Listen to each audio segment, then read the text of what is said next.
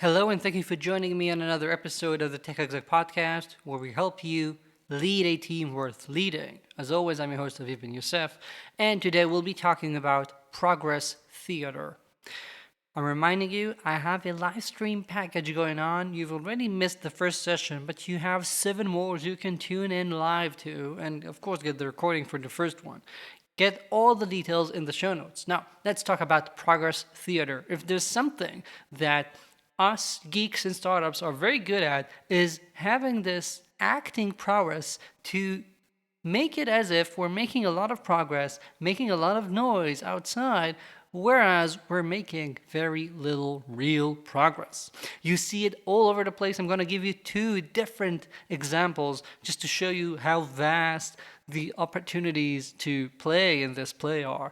First, there's the working hard theater that we do, where we ask our teams to work and slave for hours and hours, where we tweet about leaving the office very late, where we have this LinkedIn picture showing people working when it's dark outside. Of course, all the things Elon Musk keeps talking about working hard, about not looking for work-life balance, etc. There's that. And another example, which is entirely different and yet on the same concept, is I'm seeing regularly startups who have shelled out 6 figures for some brand agency to come up with their first branding and a stupid logo and maybe choose a couple of colors to be their colors, whatever that means. And they actually have PR about this. They talk about this new branding and what it means and what this logo actually conveys to our potential users. And the shape of the E in the logo is there to remark that we are all holding hands together and kumbaya. And you see that, and you have a sense of, whoa, are these Apple already thinking about what their logo means in all of the known countries who have joined the UN to ensure that we are not pissing anyone off? No, they're not Apple. What they are a bunch of founders who are spending money to try and signal to the outside world that they're doing the right things and they're making progress, but for very little actual value. And these are all the same. These are things that we feel like when people talk about, for example, fake it till you make it, they're thinking this is what we need to be doing. We need to act as if we're successful, we're big, we're working very hard, because then eventually we're going to get the same rewards that we saw on TV about those successful founders of the past. No, that is progress theater. And what you need to be striving for is the actual progress. Instead of using these weird indicators and vanity metrics to try and show to the outside world that you're having success, think about what's going to create real motivation and a feeling of progress for your people, because those are who actually matter. And therefore, try and come up with leading indicators that show real progress, real value.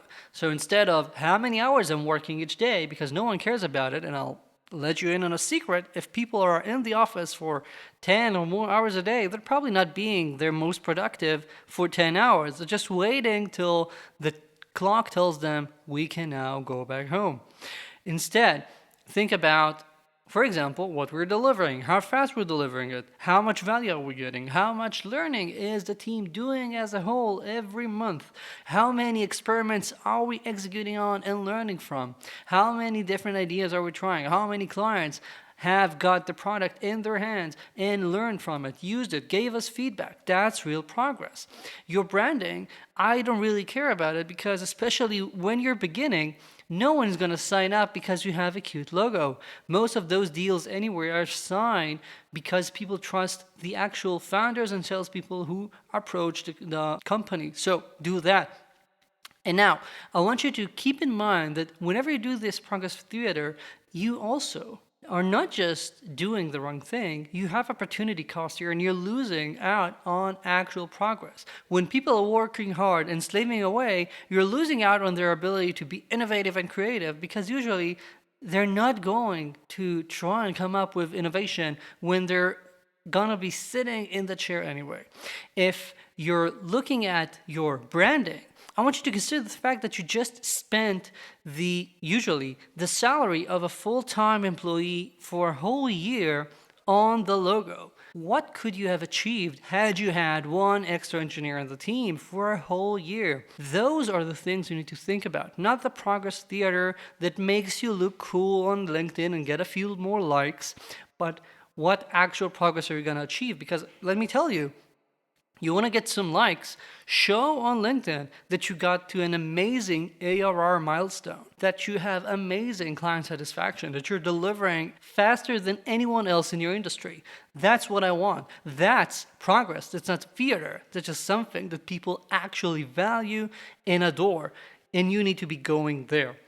Any vanity metric that you're cultivating is just an excuse for you as a leader to run away from the actual tough work of creating an organization that's productive, effective, that's moving forward fast, and doing things that are a lot easier to do. It's a lot easier to just write about doing it, to have those pictures of people eating pizzas late at night, as opposed to them delivering amazing results by 5 p.m. and going home, which is what I love. That's what we should be aiming for. So, stop it with the theater. You're not Shakespeare. Instead, think about how can we make this team deliver actual value and fast. All right? Get going. That's it for this week. Thank you for joining me. Again, check out the show notes if you want to see the live stream package, which will help you get out of the theater and actually start producing value, and also have links to my newsletter, the best newsletter online for tech executives. That's it. I'll be here next week.